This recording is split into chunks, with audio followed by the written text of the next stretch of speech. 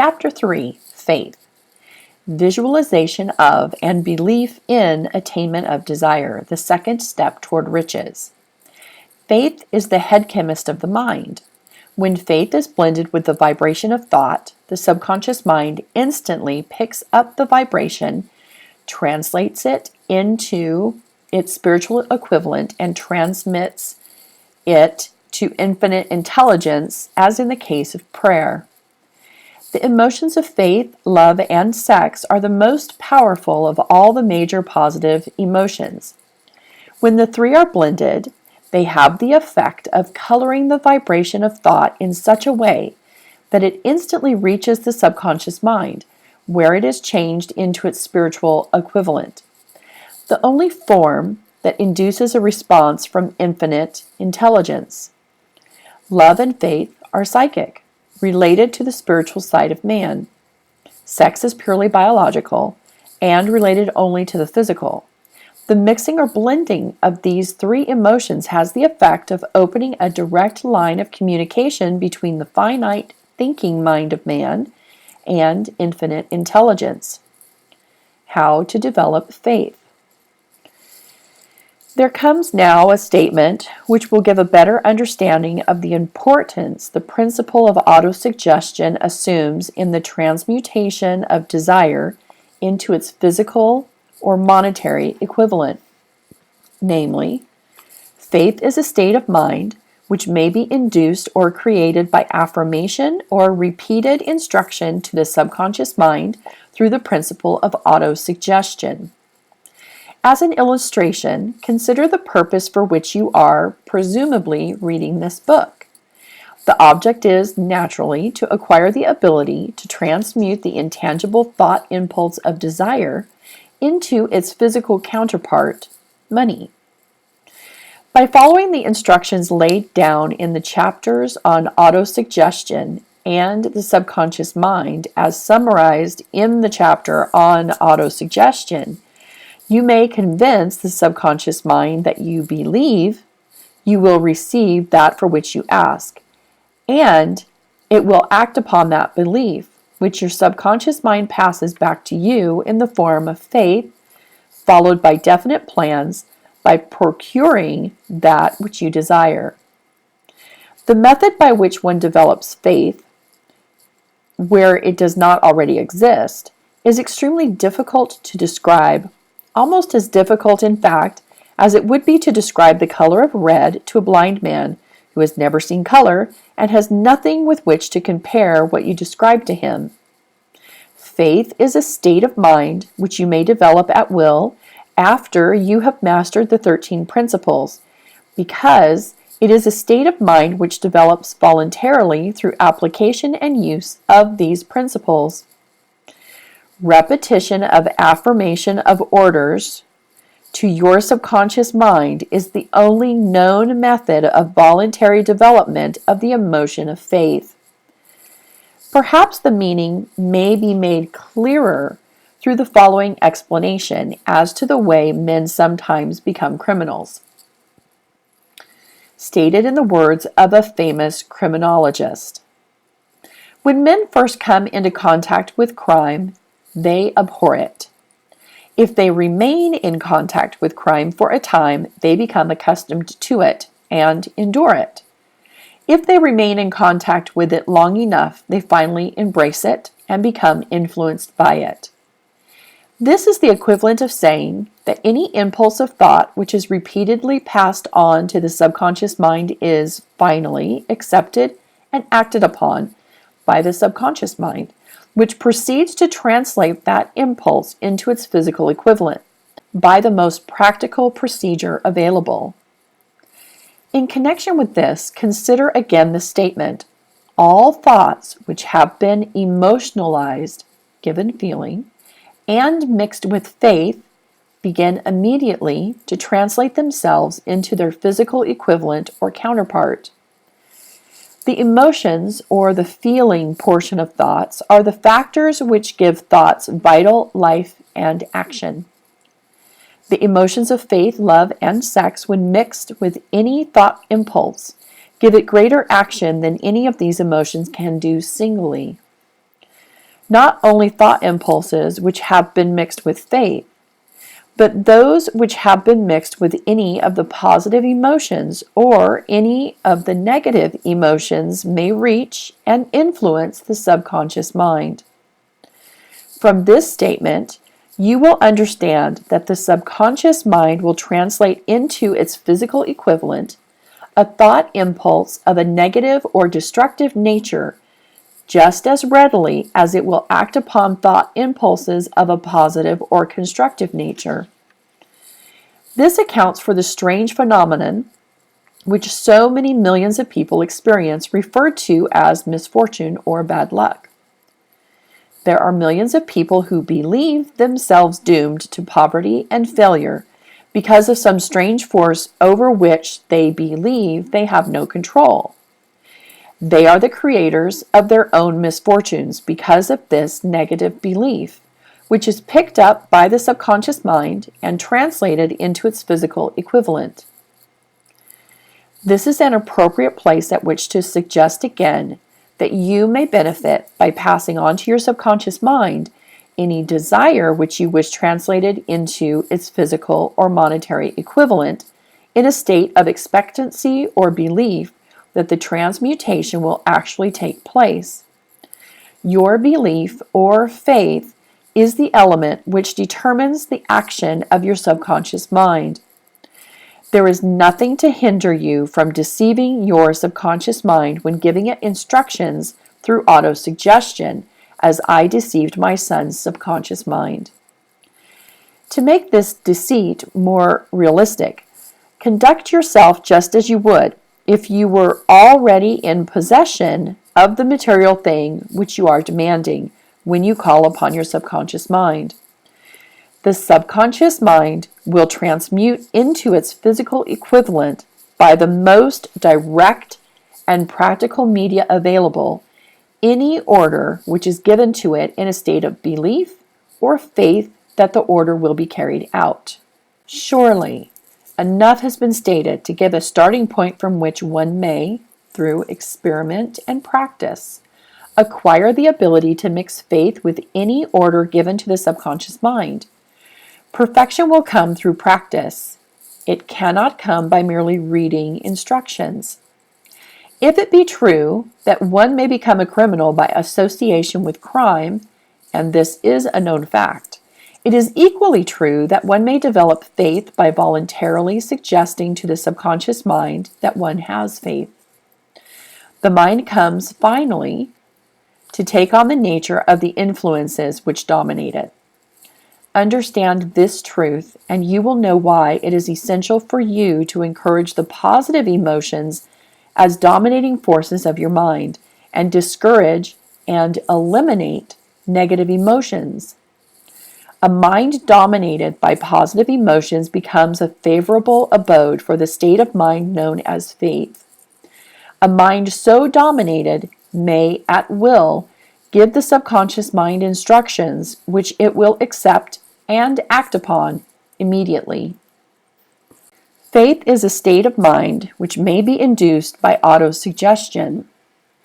All down the ages, the religionists have admonished struggling humanity to have faith in this, that, and the other dogma or creed, but they have failed to tell people how to have faith. They have not stated that faith is a state of mind and that it may be induced by self-suggestion.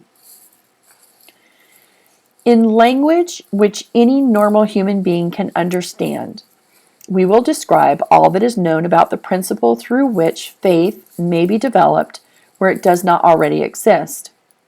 Have faith in yourself, faith in the infinite. Before we begin, you should be reminded again that faith is the external elixir which gives life power and action to the impulse of thought. The foregoing sentence is worth reading a second time, and a third, and a fourth. It is worth reading aloud. Faith is the starting point of all accumulation of riches. Faith is the basis of all miracles and all mysteries which cannot be analyzed by the rules of science. Faith is the only known antidote for failure. Faith is the element, the chemical, which when mixed with prayer gives one direct communication with infinite intelligence. Faith is the element which transforms the ordinary vibration of thought created by the finite mind of man into the spiritual equivalent. Faith is the only agency through which the cosmic force of infinite intelligence can be harnessed and used by man. Every one of the foregoing statements is capable of proof. The proof is simple and easily demonstrated. It is wrapped up in the principle of autosuggestion. Let us center our attention, therefore, upon the subject of self-suggestion and find out what it is and what it is capable of achieving. It is a well-known fact that one comes finally to believe whatever one repeats to oneself, whether the statement be true or false. If a man repeats a lie over and over, he will eventually accept the lie as truth. Moreover, he will believe it to be the truth. Every man is what he is because of the dominating thoughts which he permits to occupy his mind. Thoughts which a man deliberately places in his own mind and encourages with sympathy, and with which he mixes any one or more of the emotions, constitute the motivating force which direct and control his every movement, act, and deed.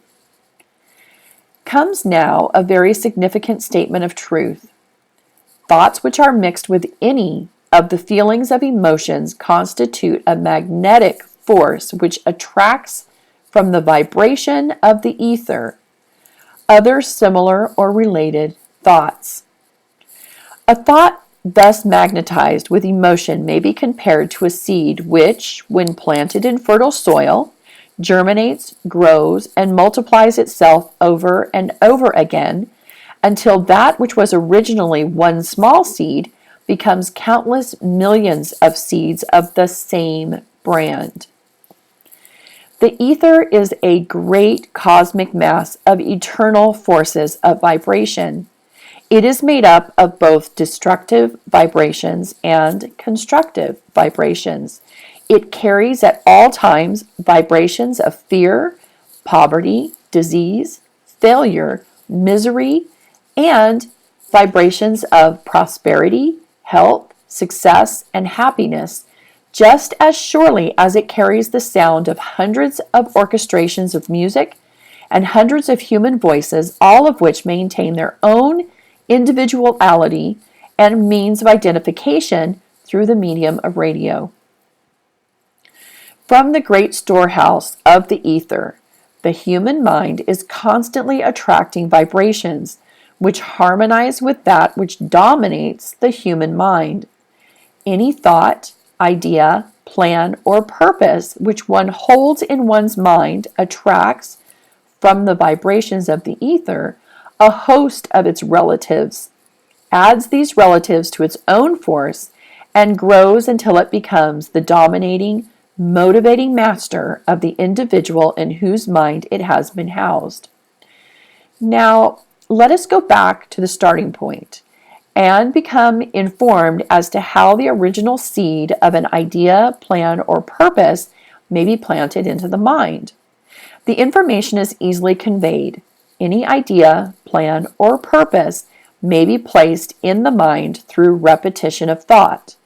This is why you are asked to write out a statement of your major purpose or definite chief aim, commit it to memory, and repeat it in audible words day after day until these vibrations of sound have reached your subconscious mind. We are what we are because of the vibrations of thought which we pick up and register through the stimuli of our daily environment. Resolve to throw off the influences of any unfortunate environment and to build your own life to order. Taking inventory of mental assets and liabilities, you will discover that your greatest weakness is lack of self-confidence. This handicap can be surmounted and timidity translated into courage through the aid of the principle of autosuggestion. The application of this principle may be made through a simple arrangement of positive thought impulses stated in writing, memorized, and repeated until they become a part of the working equipment of the subconscious faculty of your mind. Self-confidence formula. First, I know that I have the ability to achieve the object of my definite purpose in life. Therefore, I demand of myself persistent, continuous action toward its attainment, and I here and now promise to render such action. Second, I realize the dominating thoughts of my mind will eventually reproduce themselves in outward physical action and gradually transform themselves into physical reality. Therefore, I will concentrate my thoughts for 30 minutes daily upon the task of thinking of the person I intend to become, thereby creating in my mind a clear mental picture of that person. Third, I know through the principle of autosuggestion, any desire that I persistently hold in my mind will eventually seek expression through some practical means of attaining the object back of it. Therefore, I will devote 10 minutes daily to demanding of myself the development of self-confidence. Fourth, I have clearly written down a description of my definite chief aim in life, and I will never stop trying until I shall have developed sufficient self-confidence for its attainment. Fifth, I fully realize that no wealth or position can long endure unless built upon truth and justice. Therefore, I will engage in no transaction which does not benefit all of whom it affects. I will succeed by attracting to myself the forces I wish to use and the cooperation of other people. I will induce others to serve me because of my willingness to serve others. I will eliminate hatred, envy, jealousy, selfishness, and cynicism by developing love for all humanity, because I know that a negative attitude towards others can never bring me success. I will cause others to believe in me because I will believe in them and in myself. I will sign my name to this formula, commit it to memory, and repeat it aloud once a day with full faith that it will gradually influence my thoughts and actions so that I will become a self-reliant and successful person. Back of this formula is a law of nature which no man has yet been able to explain. It has baffled the scientists of all ages. The psychologists have named this law autosuggestion and let it go at that. The name by which one calls this law is of little importance. The important fact about it is it works for the glory and success of mankind if it is used constructively. On the other hand, if used destructively, it will destroy just as readily. In this statement may be found a very significant truth, namely, that those who go down in defeat and end their lives in poverty, misery, and distress do so because of negative application of the principle of autosuggestion. The cause may be found in the fact that all impulses of thought have a tendency to clothe themselves in their physical equivalent. The subconscious mind, the chemical laboratory in which all thought impulses are combined and made ready for translation into physical reality, makes no distinction between constructive and destructive thought impulses. It works with the material we feed it, through our thought impulses. The subconscious mind will translate into reality a thought driven by fear just as readily as it will translate into reality a thought driven by courage or faith. The pages of medical history are rich with illustrations of cases of suggestive suicide. A man may commit suicide through negative suggestion just as effectively as by any other means. In a Midwestern city, a man by the name of Joseph Grant, a bank official, borrowed a large sum of the bank's money without the consent of the directors. He lost the money through gambling. One afternoon, the bank examiner came and began to check the accounts. Grant left the bank, took a room in a local hotel, and when they found him 3 days later, he was lying in bed, wailing and moaning, repeating over and over these words, "My God, this will kill me. I cannot stand this disgrace." In a short time, he was dead. The doctors pronounced the case one of mental suicide. Just as electricity will turn the wheels of industry and render useful service if used constructively, or snuff out life if wrongly used, so will the law of autosuggestion lead you to peace and prosperity, or down into the valley of misery, failure, and death, according to your degree of understanding and application of it. If you fill your mind with fear, doubt, and unbelief in your ability to connect with and use the forces of infinite intelligence, the law of autosuggestion will take this spirit of unbelief and use it as a pattern by which your subconscious mind will translate it into its physical equivalent. This statement is as true as the statement that 2 and 2 are 4.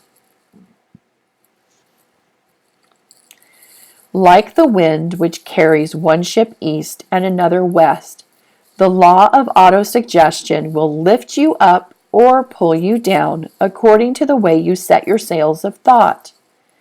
The law of autosuggestion, through which any person may rise to altitudes of achievement which stagger the imagination, is well described in the following verse. If you think you are beaten, you are. If you think you dare not, you don't. If you think to win, but you think you can't, it is almost certain you won't. If you think you'll lose, you're lost, for out of the world we find success begins with a fellow's will, it's all in the state of mind.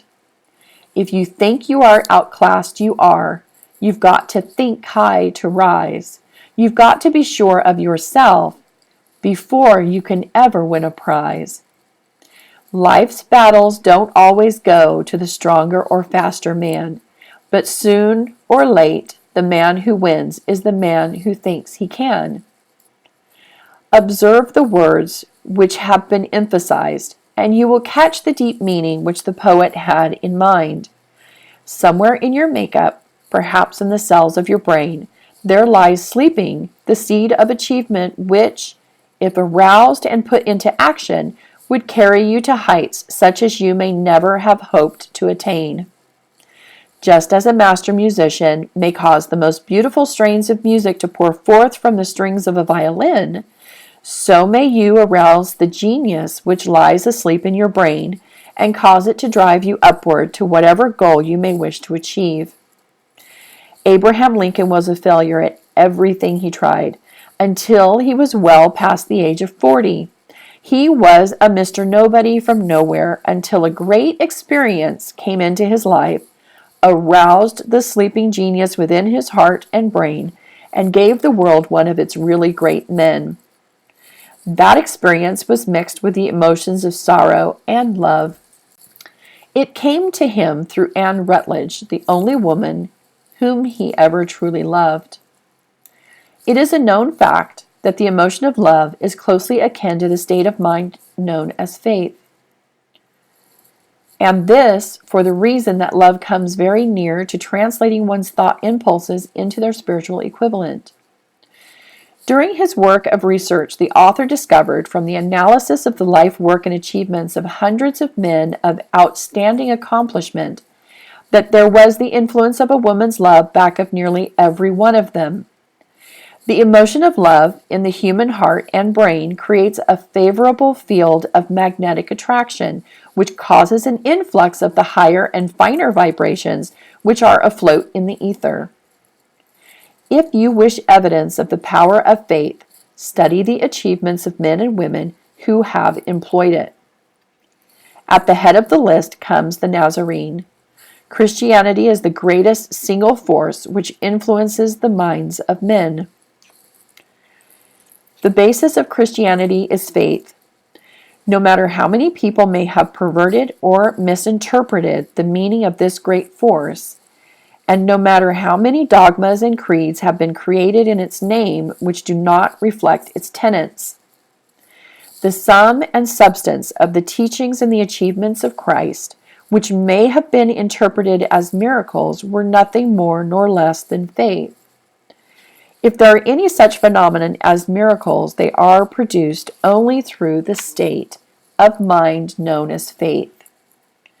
Some teachers of religion and many who call themselves Christians neither understand nor practice faith. Let us consider the power of faith as it is now being demonstrated by a man who is well known to all of civilization, Mahatma Gandhi of India. In this man, the world has one of the most astounding examples known to civilization of the possibilities of faith. Gandhi wields more potential power than any man living at this time, and this, despite the fact that he has none of the orthodox tools of power such as money, battleships, soldiers, and materials of warfare. Gandhi has no money. He has no home. He does not own a suit of clothes, but he does have power. How does he come by that power? He created it out of his understanding of the principle of faith and through his ability to transplant that faith into the minds of 200 million people. Gandhi has accomplished through the influence of faith that which the strongest military power on earth could not, and never will accomplish through soldiers and military equipment. He has accomplished the astounding feat of influencing 200 million minds to coalesce and move in unison as a single mind. What other force on earth except faith could do as much? There will come a day when employees as well as employers will discover the possibilities of faith. That day is dawning. The whole world has had ample opportunity during the recent business depression to witness what the lack of faith will do to business.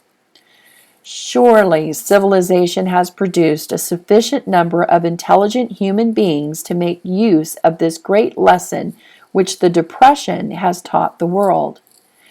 During this depression, the world had evidence in abundance that widespread fear will paralyze the wheels of industry and business. Out of this experience will arise leaders in business and industry who will profit by the example which Gandhi has set for the world, and they will apply to business the same tactics which he has used in building the greatest following known in the history of the world. These leaders will come from the rank and file of the unknown men who now labor in the steel plants, the coal mines, the automobile factories, and in the small towns and cities of America. Business is due for a reform. Make no mistake about this. The methods of the past, based upon economic combinations of force and fear, will be supplanted by the better principles of faith and cooperation. Men who labor will receive more than daily wages.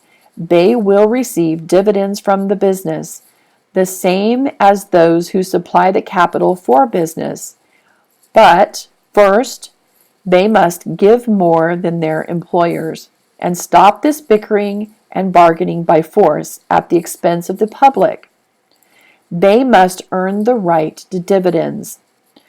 Moreover, and this is the most important thing of all, they will be led by leaders who will understand and apply the principles employed by Mahatma Gandhi.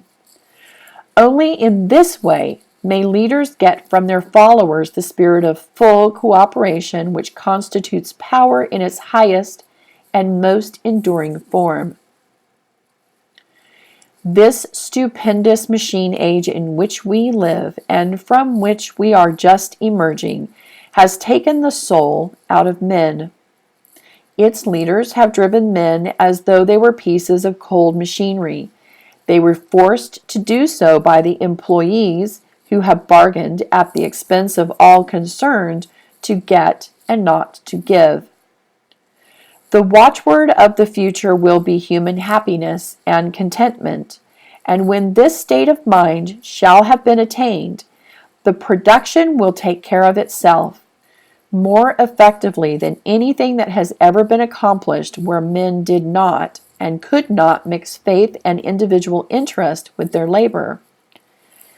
Because of the need for faith and cooperation in operating business and industry, it will be both interesting and profitable to analyze an event which provides an excellent understanding of the method by which industrialists and businessmen accumulate great fortunes by giving before they try to get. The event chosen for this illustration dates back to 1900, when the United States Steel Corporation was being formed. As you read the story, keep in mind these fundamental facts, and you will understand how ideas have been converted into huge fortunes.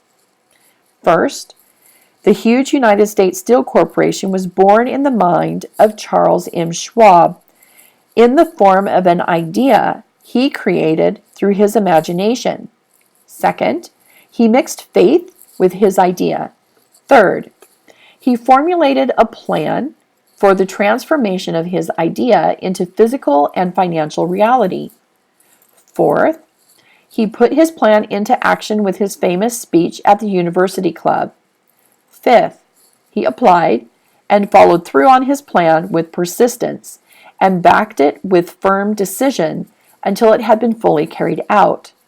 Sixth, he prepared the way for success by a burning desire for success. If you are one of those who have often wondered how great fortunes are accumulated, this story of the creation of the United States Steel Corporation will be enlightening. If you have any doubt that men can think and grow rich, this story should dispel that doubt, because you can plainly see in the story of the United States Steel the application of a major portion of the 13 principles described in this book. This astounding description of the power of an idea was dramatically told by John Lowell in the New York World Telegram, with whose courtesy it is here reprinted. A pretty after-dinner speech for $1 billion. When, on the evening of December 12, 1900, some 80 of the nation's financial nobility gathered in the banquet ball of the University Club on Fifth Avenue to do honor to a young man from out of the West, not half a dozen of the guests realized they were to witness the most significant episode in American industrial history. J. Edward Simmons and Charles Stewart Smith, their hearts full of gratitude for the lavish hospitality bestowed on them by Charles M. Schwab during a recent visit to Pittsburgh, had arranged the dinner to introduce the 38-year-old steelman to Eastern banking society. But they didn't expect him to stampede the convention. They warned him, in fact, that the bosoms within New York's stuffed shirts would not be responsive to oratory, and that, if he didn't want to bore the Stillmans and Harrimans and Vanderbilts, he had better limit himself to 15 or 20 minutes of polite vaporing, and let it go at that. Even John Pierpont Morgan, sitting on the right hand of Schwab, as became his imperial dignity, intended to grace the banquet table with his presence only briefly. And, so far as the press and public were concerned, the whole affair was of so little moment that no mention of it found its way into print the next day. So the two hosts and their distinguished guests ate their way through the usual 7 or 8 courses. There was little conversation, and what there was of it was restrained. Few of the bankers and brokers had met Schwab, whose career had flowered along the banks of the Monongahela, and none knew him well. But before the evening was over, they, and with them Money Master Morgan, were to be swept off their feet, and $1 billion baby, the United States Steel Corporation, was to be conceived. It is perhaps unfortunate, for the sake of history, that no record of Charlie Schwab's speech at the dinner ever was made. He repeated some parts of it at a later date during a similar meeting of Chicago bankers, and still later, when the government brought suit to dissolve the Steel Trust, he gave his own version from the witness stand of the remarks that stimulated Morgan into a frenzy of financial activity. It is probable, however, that it was a homely speech, somewhat ungrammatical, for the niceties of language never bothered Schwab, full of epigram and threaded with wit. But aside from that, it had a galvanic force and effect upon the 5 billions of estimated capital that was represented by the diners. After it was over and the gathering was still under its spell, although Schwab had talked for 90 minutes, Morgan led the orator to a recessed window where, dangling their legs from the high, uncomfortable seat, they talked for an hour more. The magic of the Schwab personality had been turned on, full force, but what was more important and lasting was the full-fledged, clear-cut program he laid down for the aggrandizement of steel. Many other men had tried to interest Morgan in slapping together a steel trust after the pattern of the biscuit, wire, and hoop, sugar, rubber, whiskey, oil, or chewing gum combinations. John W. Gates, the gambler, had urged it, but Morgan distrusted him. The Moore boys, Bill and Jim, Chicago stock jobbers, who had glued together a matched trust and a cracker corporation, had urged it and failed. Albert H. Gary, the sanctimonious country lawyer, wanted to foster it, but he wasn't big enough to be impressive. Until Schwab's eloquence took J.P. Morgan to the heights from which he could visualize the solid results of the most daring financial undertaking ever conceived, the project was regarded as a delirious dream of easy money crackpots. The financial magnetism that began a generation ago to attract thousands of small and sometimes inefficiently managed companies into large and competition-crushing combinations had become operative in the steel world through the devices of that jovial business pirate, John W. Gates. Gates already had formed the American Steel and Wire Company out of a chain of small concerns and together with Morgan had created the Federal Steel Company. The National Tube and American Bridge Companies were two more Morgan concerns, and the Moore brothers had forsaken the match and cookie business to form the American Group, Tin Plate, Steel Hoop, Sheet Steel, and the National Steel Company. But by the side of Andrew Carnegie's gigantic vertical trust, a trust owned and operated by 53 partners, those other combinations were picayune. They might combine to their heart's content, but the whole lot of them couldn't make a dent in the Carnegie organization, and Morgan knew it. The eccentric old Scot knew it too. From the magnificent heights of Skibo Castle, he had viewed, first with amusement and then with resentment, the attempts of Morgan's smaller companies to cut into his business. When the attempts became too bold, Carnegie's temper was translated into anger and retaliation. He decided to duplicate every mill owned by his rivals.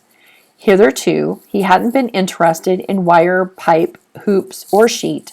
Instead, he was content to sell such companies the raw steel and let them work it into whatever shape they wanted. Now, with Schwab as his chief and able lieutenant, he planned to drive his enemies to the wall.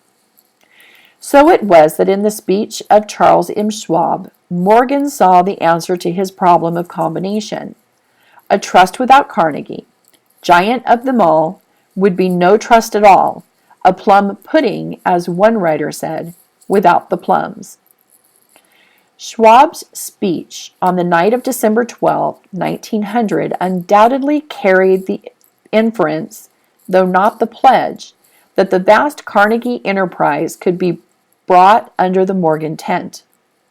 He talked of the world future of steel, of reorganization for efficiency, of specialization, of the scrapping of unsuccessful mills and concentration of effort on the flourishing properties, of economics in the ore traffic, of economies in overhead and administrative departments, of capturing foreign markets. More than that, he told the buccaneers among them wherein lay the errors of their customary piracy. Their purposes, he inferred, had been to create monopolies, raise prices, and pay themselves fat dividends out of privilege. Schwab condemned the system in his heartiest manner. The short-sightedness of such a policy, he told his hearers, lay in the fact that it restricted the market in an era when everything cried for expansion. By cheapening the cost of steel, he argued an ever-expanding market would be created. More uses for steel would be devised, and a goodly portion of the world trade could be captured. Actually, though he did not know it, Schwab was an apostle of modern mass production. So the dinner at the University Club came to an end. Morgan went home to think about Schwab's rosy predictions. Schwab went back to Pittsburgh to run the steel business for Andra Carnegie, while Gary and the rest went back to their stock tickers to fiddle around in anticipation of the next move. It was not long coming. It took Morgan about 1 week to digest the feast of reason Schwab had placed before him. When he had assured himself that no financial indigestion was to result, he sent for Schwab, and found that young man rather coy. Mr. Carnegie, Schwab indicated, might not like it if he found his trusted company president had been flirting with the Emperor of Wall Street, the street upon which Carnegie was resolved never to tread. Then it was suggested by John W. Gates, the go-between, that if Schwab happened to be in the Bellevue Hotel in Philadelphia, J.P. Morgan might also happen to be there. When Schwab arrived, however, Morgan was inconveniently ill at his New York home, and so, on the elder man's pressing invitation, Schwab went to New York and presented himself at the door of the financier's library. Now, certain economic historians have professed the belief that from the beginning to the end of the drama, the stage was set by Andrew Carnegie, that the dinner to Schwab, the famous speech, the Sunday night conference between Schwab and the Money King were events arranged by the canny Scot. The truth is exactly the opposite. When Schwab was called in to consummate the deal, he didn't even know whether the little boss, as Andrew was called, would so much as listen to an offer to sell, particularly to a group of men whom Andrew regarded as being endowed with something less than holiness. But Schwab did take into the conference with him, in his own handwriting, 6 sheets of copperplate figures representing to his mind the physical worth and the potential earning capacity of every steel company he regarded as an essential star in the new metal firmament. 4 men pondered over these figures all night. The chief, of course, was Morgan, steadfast in his belief in the divine right of money. With him was his aristocratic partner, Robert Bacon, a scholar and a gentleman. The third was John W. Gates, whom Morgan scorned as a gambler and used as a tool. The fourth was Schwab, who knew more about the processes of making and selling steel than any whole group of men then living. Throughout that conference, the Pittsburghers' figures were never questioned. If he said a company was worth so much, then it was worth that much and no more. He was insistent, too, upon including in the combination only those concerns he nominated. He had conceived a corporation in which there would be no duplication, not even to satisfy the greed of friends who wanted to unload their companies upon the broad Morgan shoulders. Thus he left out, by design, a number of the larger concerns upon which the walruses and carpenters of Wall Street had cast hungry eyes. When dawn came, Morgan rose and straightened his back. Only one question remained. "Do you think you can persuade Andrew Carnegie to sell?" he asked. "I can try," said Schwab. "If you can get him to sell, I will undertake the matter," said Morgan. So far, so good. But would Carnegie sell? How much would he demand? Schwab thought about $320 million. What would he take payment in? Common or preferred stocks? Bonds? Cash? Nobody could raise a third of $1 billion in cash. There was a golf game in January on the frost-cracking heath of the St. Andrew's Links in Westchester, with Andrew bundled up in sweaters against the cold and Charlie talking volubly as usual to keep his spirits up. But no word of business was mentioned until the pair sat down in the cozy warmth of the Carnegie cottage hard by. Then, with the same persuasiveness that had hypnotized 80 millionaires at the University Club, Schwab poured out the glittering promises of retirement in comfort, of untold millions to satisfy the old man's social caprices. Carnegie capitulated, wrote a figure on a slip of paper, handed it to Schwab, and said, "All right, that's what we'll sell for." The figure was approximately $400 million and was reached by taking the $320 million mentioned by Schwab as a basic figure and adding to it $80 million to represent the increased capital value over the previous 2 years. Later, on the deck of a transatlantic liner, the Scotsman said ruefully to Morgan, "I wish I had asked you for $100 million more." "If you had asked for it, you'd have gotten it," Morgan told him cheerfully. There was an uproar, of course. A British correspondent cabled that the foreign steel world was appalled by the gigantic combination. President Hadley of Yale declared that unless trusts were regulated, the country might expect an emperor in Washington within the next 25 years. But that able stock manipulator, Keene, went at his work of shoving the new stock at the public so vigorously that all the excess water, estimated by some at nearly $600 million, was absorbed in a twinkling.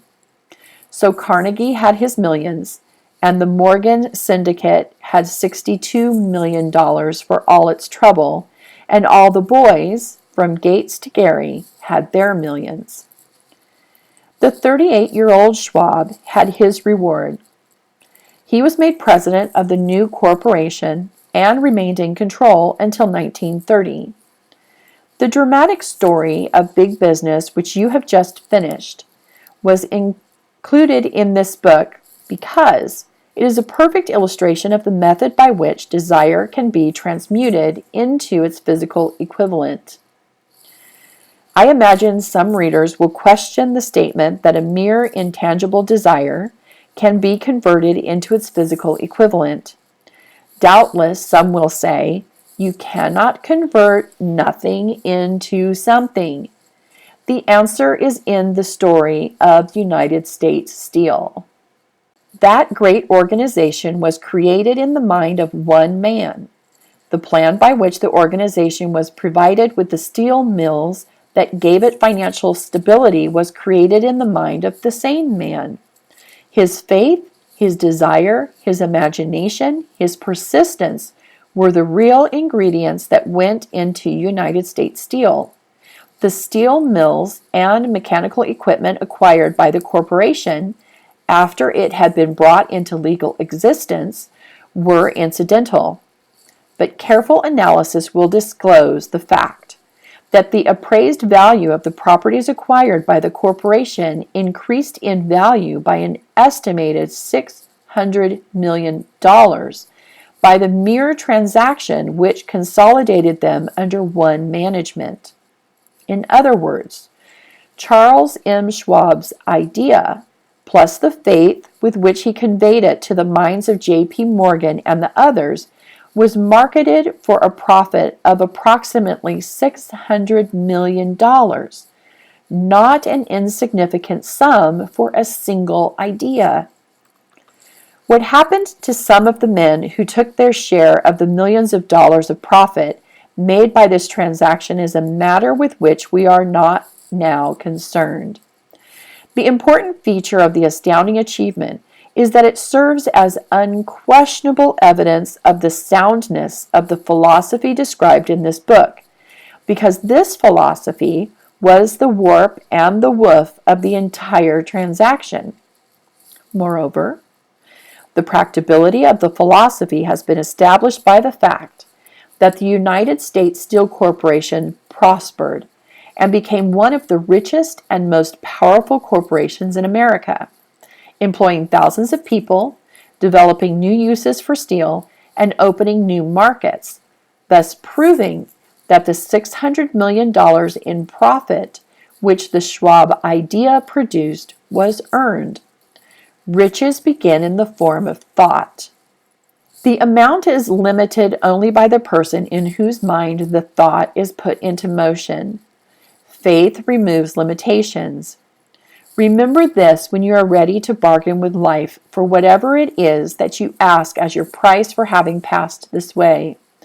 Remember also that the man who created the United States Steel Corporation was practically unknown at the time.